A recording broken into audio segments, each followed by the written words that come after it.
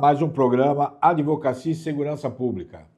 Hoje eu tenho a grande satisfação de receber o Dr. Oswaldo Negrini Neto, perito criminal aposentado, foi muitos anos do Instituto de Criminalística do Estado de São Paulo.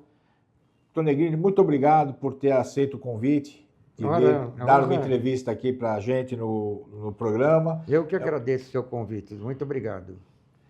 Dr. Negrini, quantos anos de perícia no IC e quais setores o doutor passou pelo IC? Bom, eu fiquei os 35 anos até me aposentar, sem contar os 3 anos de academia, na época tinha uma faculdade de criminalística, né? E 1 ano de preparação, chamado curso preparatório para perito criminal. Então, quase 40 anos, vamos dizer. Agora, as sessões onde eu passei, os setores onde eu trabalhei, são vários. Isso, para mim, foi bom porque me deu certo conhecimento eclético da perícia. Então, eu trabalhei com documentoscopia logo no início da carreira, por uns 2 ou 3 anos lá. E, simultaneamente, estava começando uma pós-graduação em física. E na documentoscopia era um serviço diário, todo dia. E eu estava me atrapalhando. Comecei a ter que jogar créditos para frente, trancar matéria e tal. Falei, desse jeito não acabo nunca a minha pós, né? Aí eu pedi para ir para o plantão. Aí eu comecei com acidente de trânsito, fiquei vários anos na perícia de acidentes de trânsito, primeiramente na Zona Norte, depois na Zona Sul. E a partir daí, a minha carreira tomou um nível diferente. Eu fui, inclusive, diretor do DETRAN, da área de perícia de acidentes de trânsito, né? Depois disso, eu comecei a voltar mais a ideia para laboratórios e para pesquisas, porque eu, de natureza, sou um pesquisador. Tanto na área de física como na área de criminalística, eu sempre vou atrás de novidades. E aí, quando eu cheguei na parte da laboratório, primeiro laboratório de física, que era a minha especialidade, logo depois surgiu uma possibilidade de fazer uma pós-graduação ou uma especialização na Inglaterra. E eu fui um dos convidados. Um grupo de peritos, fomos para a Inglaterra, passamos 6 meses lá, fizemos especialização. A minha área, que era microscopia eletrônica, eu aprendi muita coisa lá. Depois, mais 6 meses aqui no Brasil, onde os ingleses vieram completar a nosso treinamento já com os aparelhos nossos, que nós compramos naquela época, microscópio eletrônico. Foi a primeira vez que o Instituto foi equipado realmente com equipamentos de ponta. Até hoje isso vem sendo feito, graças a Deus. Aí logo depois eu fiquei diretor do Instituto da área, diretor de divisão da área de laboratórios, do Instituto de Criminalística, e sempre procurando implantar cada vez mais tecnologia lá dentro. E assim nós conseguimos, além da microscopia eletrônica, aparelhos de raio-x, aparelhos de análise química, como cromatógrafos e tudo, e conheci, não tinha, inclusive, um aparelho que pudesse verificar se um medicamento era falsificado ou não. Então, nós compramos um equipamento chamado HPLC e pusemos os profissionais de muito alta competência, que já eram formados na área, para tocar esses laboratórios. O laboratório de balística também foi modernizado. Em resultado, o IC levou um salto em tecnologia. E parece que, mesmo eu tendo aposentado há muito tempo, até hoje o pessoal lá está levando a sério a tecnologia, sempre acompanhando o que há de melhor no mundo. Que bacana. Aí a gente fica sabendo da história do Instituto de Criminalística, né? O doutor ficou lá 40 anos. Principalmente no começo, com uma série de dificuldades. Às vezes não tinha caneta para fazer, não tinha máquina de datilografia para fazer os autos, tinha que fazer em casa. Mas hoje tudo digital, né? Tudo mais fácil. Doutor Negrini, o que o senhor pode falar sobre a questão da cadeia de custódia? A importância da cadeia de custódia na prova de material físico e também hoje a questão da cadeia de custódia na prova digital. O que o senhor pode falar para a gente? Olha, é um assunto extremamente espinhoso. Primeiro, a primeira pergunta que eu faria, até eu sou como advogado, a quem compete comprovar a quebra da cadeia de custódia? A defesa ou a acusação? Em tese, é a defesa. Em tese, né? É. Mas tem julgados que diz que não, que há uma inversão da prova aí, que quem deve provar é a acusação. Quer dizer, já é o primeiro problema a ser combatido. Segundo, a pergunta que eu faço, o que é quebra da cadeia de custódia? Se a gente olhar no Código de Processo Penal, tem uma série de procedimentos. Tem que pegar, lacrar, encaminhar, analisar, verificar e tal. Aí eu pergunto, nesse ciclo, onde estaria a quebra da cadeia de custódia? Não, mas não não foi lacrada a prova no início. Mas espera aí, tem certas provas que são inlacráveis, se é que existe esse termo. Por exemplo, a prova digital, ela é volátil. Ela está dentro de um computador, como é que eu vou lacrar aquela prova? Não tem como. Aí, alguém pode dizer assim, mas como não foi lacrado, então a quebra da cadeia de custódia já ocorreu e vamos pedir anulação do processo. Mas é uma coisa muito estranha de se pedir, porque não há prova de que houve alguma adulteração ou qualquer tipo de manipulação da prova. Uhum. Sem essa prova da manipulação, da adulteração, não há quebra da cadeia de custódia, no meu entendimento. Mas os policiais olharam a prova, verificaram os vídeos e tudo.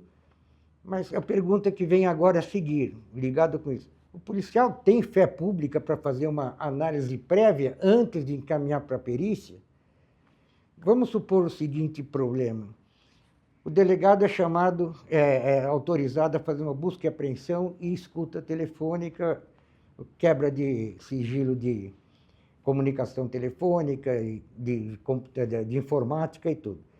Chega no local, ele apreende 150 elementos entre computadores, celulares, um bolo de papel de documentos impressos e tal. Aí são, digamos, 150 elementos.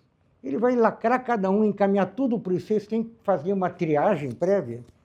Suponha que não tenha nada que estiva de interesse pericial, de interesse judiciário ali.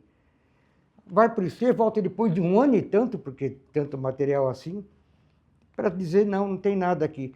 Se ele faz uma triagem prévia, onde ele vê os agentes da autoridade olham certos computadores, olha, aqui tem um indício aqui, isso aqui vai precisar, isso aqui não tem nada, é só filme que ele gravou aqui, filme comercial, não serve para nada.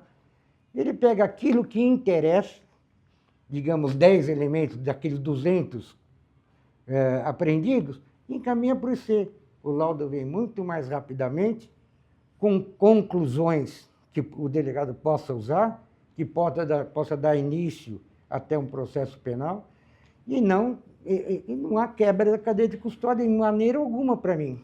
A minha visão, doutor Negrinho, é a seguinte, o problema é que quando o policial faz isso, ele faz isso de uma forma, ele não registra essa atividade. Mas aí está o erro. Ele não registra essa atividade. Então, o que acontece? Eles olham, manipulam os aparelhos e isso não é feito um registro algum dessa verificação. Então, no meu entendimento, há quebra da cadeia de custódia. Por quê? Há que se fazer o procedimento, mas o procedimento tem que ser registrado. Né? A coleta do arquivo no computador tem que ser feito registrado. Então, tem que pegar o código hash do arquivo que está no computador, tem que baixar ele para um pendrive, tem que pegar o código hash do pendrive para confirmar que é o mesmo arquivo, que está imutável. Isso não é feito. Ele simplesmente baixa e manda para a perícia. Mas é lógico que então, nesse caso... Aí existe a quebra da cadeia de custódia. Aí sim. Né? Na prática é o que acontece, né? Mas o registro pode ser classificado pela própria certidão da autoridade, do escrivão, que foi apreendido tais e tais elementos. Então, mas está lá o celular de número tal. Isso, mas quando há o manuseio da prova, o Código de Processo Penal fala que os procedimentos têm que ser descritos. Eles não fazem isso. Mas o Código de Processo Penal não trata diretamente ou se omite sobre a prova digital. Esse que ficou o problema. A prova digital é volátil. Como é que ela pode ser manipulada? Você pode substituir um arquivo, pode ser... Aí, digamos, continuando a história, aquele material selecionado pela autoridade vai para o perito e ele constata que exatamente aquilo que foi descrito no inquérito policial é o que está no aparelho. E não há nenhum elemento que possa indicar que houve montagem, adulteração, omissão, retirada de trechos, nada. Está íntegro. Os aparelhos de C comprovaram que lá está íntegro. Para mim, não houve a quebra da cadeia de custódia. Eu acho que a quebra da cadeia de custódia, no meu entender de perito, porque eu não sou jurista, é quando ela causa algum prejuízo à justiça. Algum prejuízo, seja a defesa ou a acusação. Aí houve quebra da cadeia de custódia. No caso aí, que está tudo gravado direitinho, bonitinho, foi busca e apreensão autorizada pelo juiz, e o perito está comprovando que aquilo está íntegro e tal, não sei o que lá, não vai prejudicar a justiça.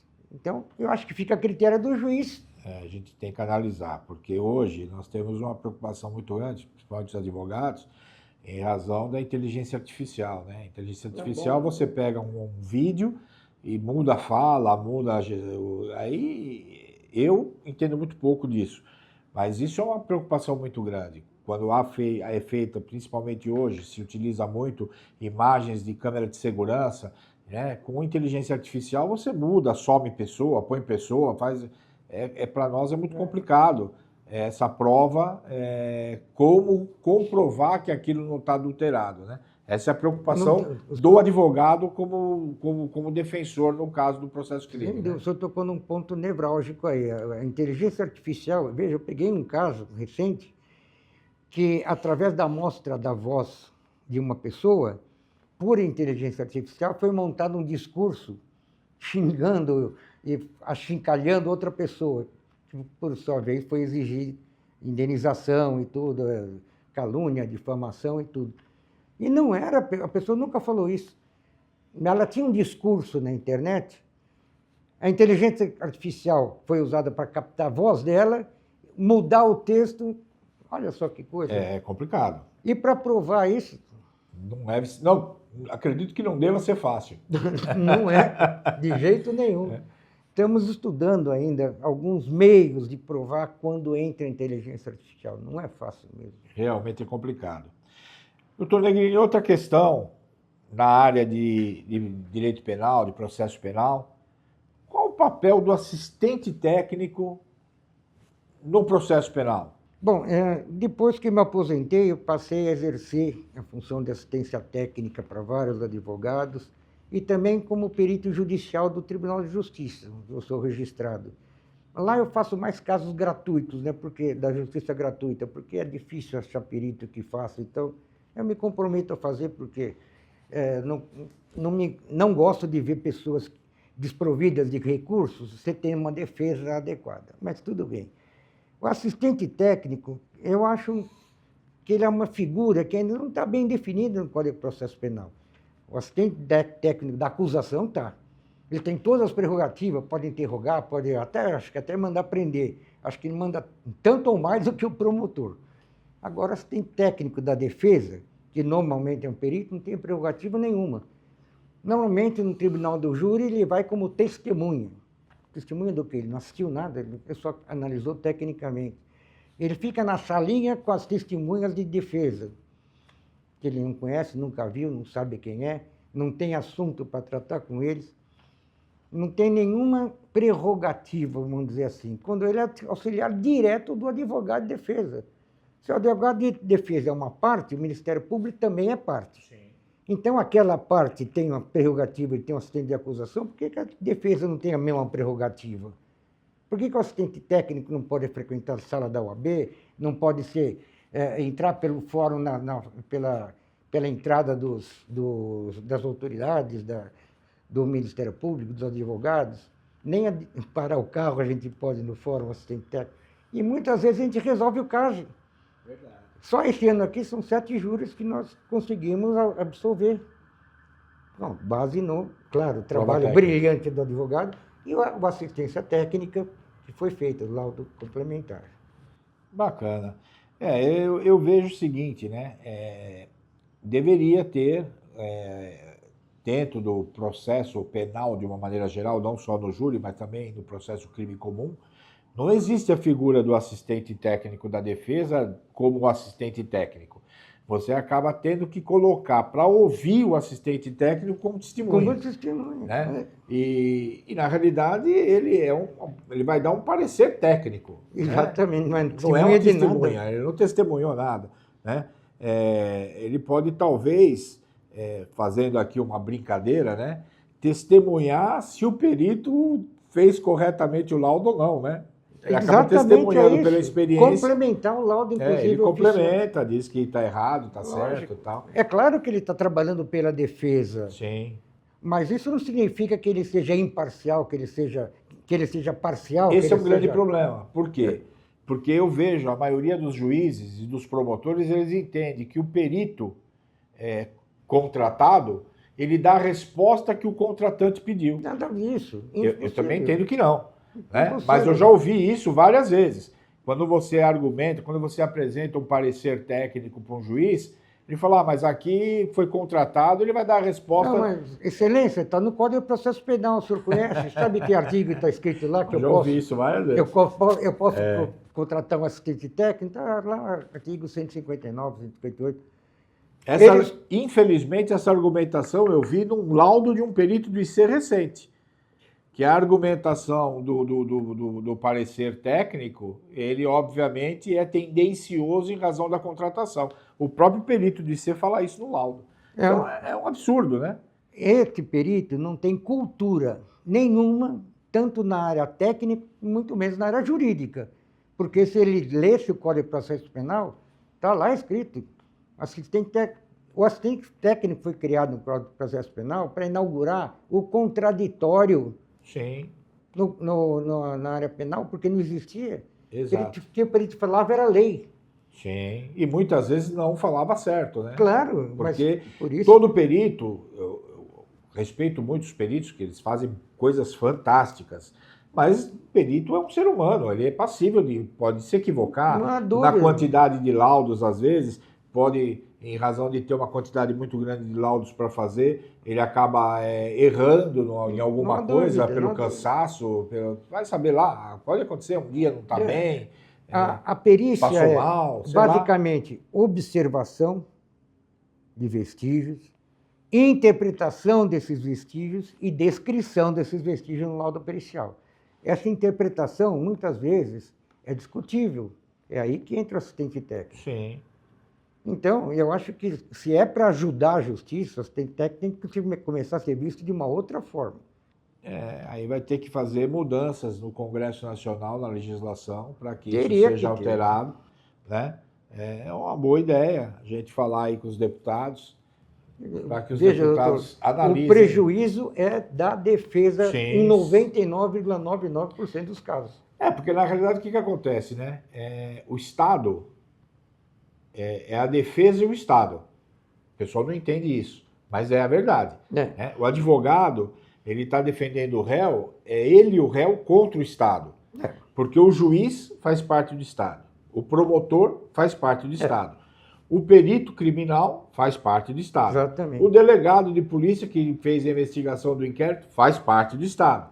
Né? O policial militar que às vezes fez o atendimento da ocorrência lá na hora do caso faz parte do Estado. É verdade, todo mundo... É o Estado, né? E a defesa contra o Estado, né? Então é uma coisa... desproporcional. Completamente desproporcional, né? Não tem dúvida. Mas, enfim, as coisas que a gente acaba vendo no nosso país. A outra pergunta decorrente disso aí é o seguinte, é sabido que o perito criminal tem fé pública, lógico. Sim. Assim como o escrivão de polícia também, que emite certidões e tudo. E qual seria, então, a colocação dos policiais que fazem uma busca e apreensão? Eles não têm fé pública? Se for escrivão, tem. Se for investigador, não. Não. O investigador colhe o material, traz para a delegacia, o escrivão faz a certidão da apreensão. Sim, aquela certidão tem fé pública. Então não há quebra da cadeia de custódia entre o transporte Depende. Depende. É complicado. espinhoso, né? É complicado. É Por quê? complicado. Infelizmente, nós temos que falar a verdade, né? Nós temos policiais que são corretos, nós temos policiais que não são corretos. Claro. E aí, esse é o problema. Entendeu? Tem razão. Então a gente tem que tomar cuidado com a prova, porque às vezes, infelizmente, nós vemos aí até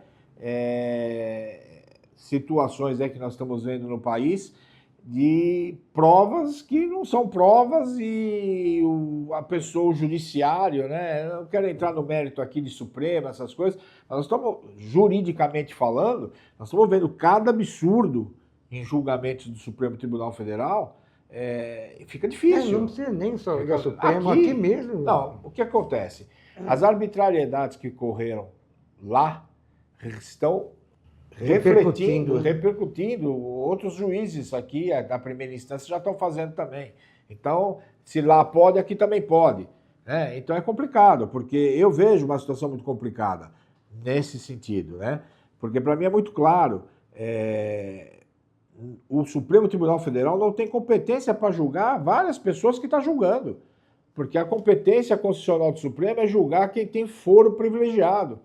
Aquelas pessoas que estavam na porta do quartel, certas ou não, se são quebraram ou não quebraram, né? Elas não têm foro privilegiado. Jamais poderiam ser julgadas pelo Supremo Tribunal Federal. Entendo. Elas deveriam o quê? Na primeira instância. Primeira instância. Ou a Polícia Civil ou a Polícia Federal, dependendo do crime que está respondendo, faria o inquérito e responderia em primeira instância em Brasília, depois em segunda instância em Brasília, para depois decidir questão final de recurso no STJ ou no Supremo. Entendi. Então, eu entendo que está tudo errado.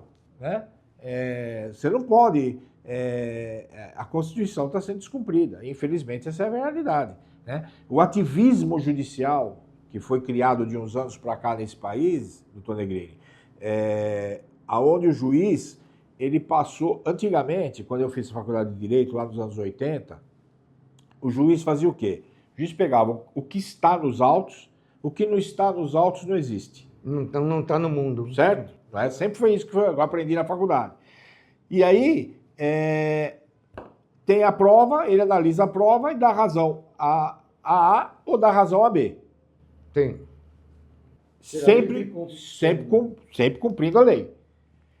Hoje, eles interpretam a lei do jeito que quer.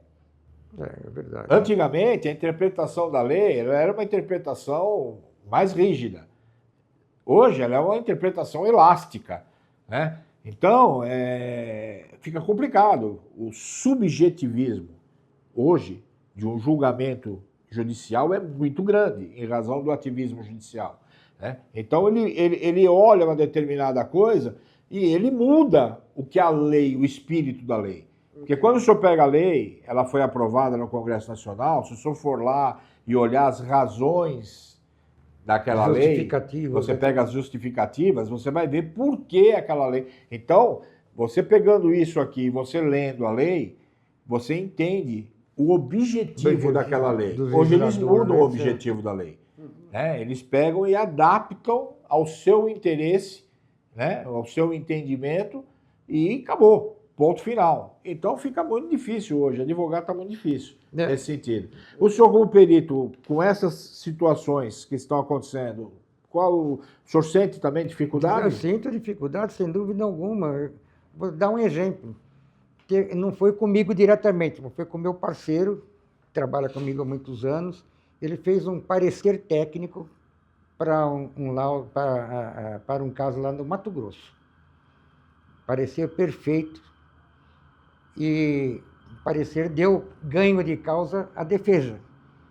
O promotor subiu a serra, acusou ele de falsa perícia, ele fez um parecer técnico, o promotor acusou ele de falsa perícia, acusou ele de falsa identidade, porque ele não provou a formação de nível superior dele. E mais uma acusação que eu não lembro. Só porque perdeu o caso. Aí ele falou comigo, poxa, aqui eu falei, escuta, existe um órgão chamado CNMP que resolve essas paradas aí. É porque, ó, eu vou apresentar para ele meu diploma da faculdade, vou apresentar para ele meu diploma da Academia de Polícia do tempo que eu fui perito, vou apresentar para ele as provas do que está no parecer e tudo. Eu falei, vai com calma. Primeira coisa, arruma um advogado.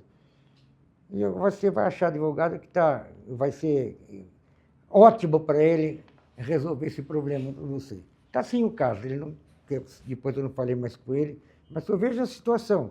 Absurdo, né? Como? Falsa perícia?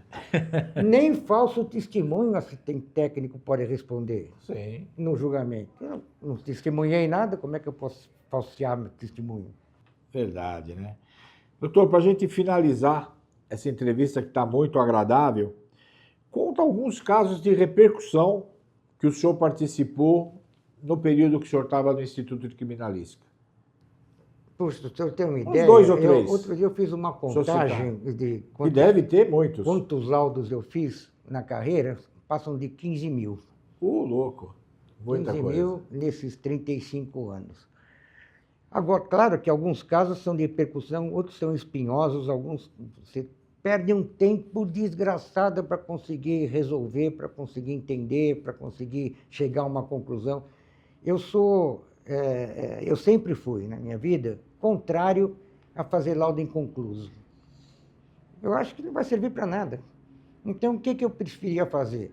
Buscar mais elementos, pedir para o delegado ou para o juiz que fosse para ouvir nova testemunha, fazer uma reconstrução para tentar concluir uma coisa que estava muito difícil de concluir. Então, vários casos eu fiz repercussão, um deles foi o famoso caso do Carandiru, né? Que de positivo esse caso trouxe uma mudança de atitudes da polícia a partir daquele instante em diante, que até hoje todo mundo fala, a polícia é violenta, é violenta. Na época talvez fosse. Eu acho que agora está atuando dentro de uma certa legalidade. Bom, eu não vou discutir esse assunto, porque eu não sou jurista, nem nada, mas um policial à noite vê alguém armado e tal, ele tem que se defender, né, doutor? Sim. Outra coisa também, tem casos, às vezes, que causam, né, uma grande discussão, por exemplo, dentro da própria polícia ou dentro da própria justiça. Um caso que eu me lembro foi a explosão do avião da TAM, que ocorreu lá a 2.000 e poucos metros de altura. O engenheiro foi jogado do avião, caiu, eu acho que morreu. O nosso laudo provou porque a gente pegou vestígio de pólvora dentro do avião. Provou que tinha uma bomba lá. Mas laudos da Polícia Federal disseram não, que aquilo lá foi apenas uma coisa de louco, porque tinha um nitrato de amônia e tal, que não foi detectado. Quem fez a perícia do avião foram os engenheiros da Polícia Técnica, que encaminharam para o laboratório. No laboratório constatamos a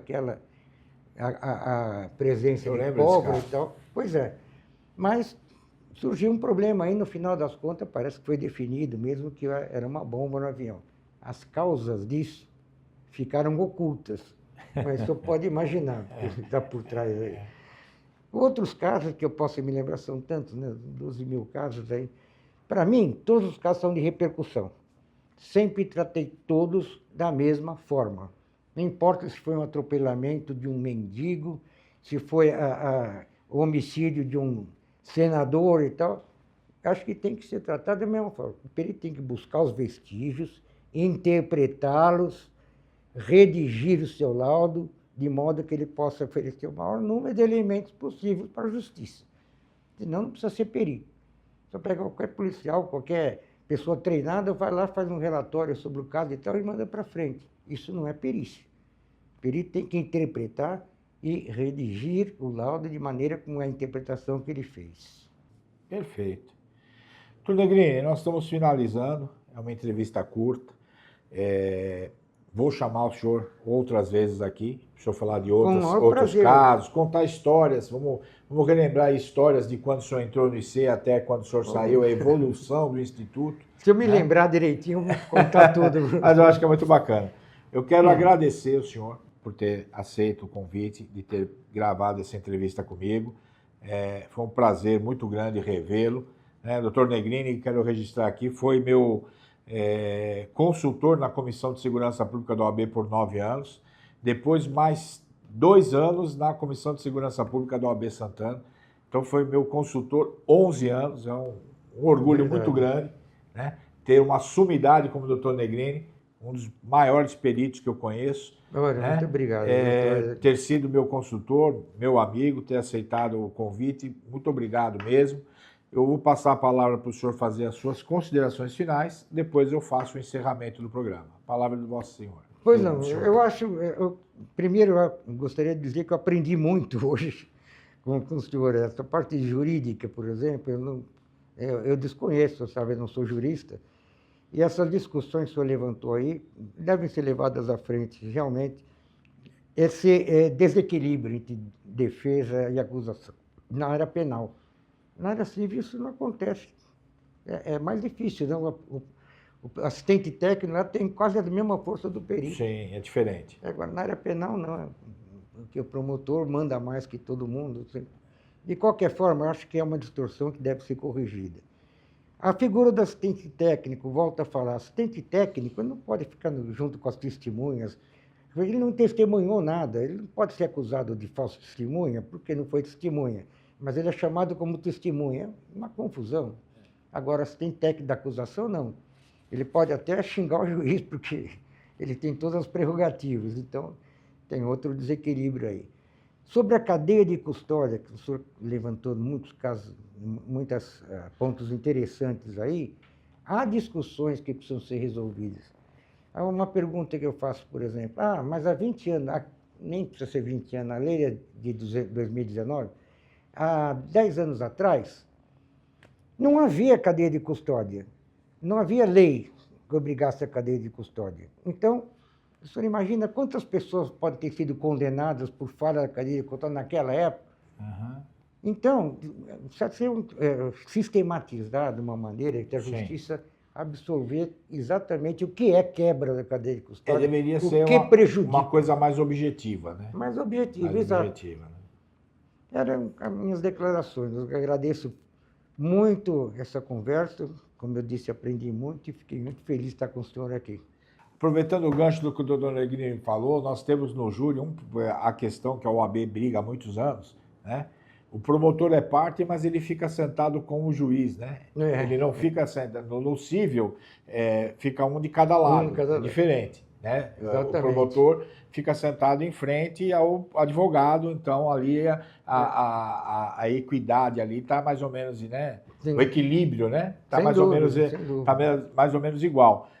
Já no júri não, né? No júri ele fica junto com o juiz e o advogado de defesa fica aqui do lado de cá, né? Deveria, como ele é parte, ele deveria ficar também do lado do advogado, né?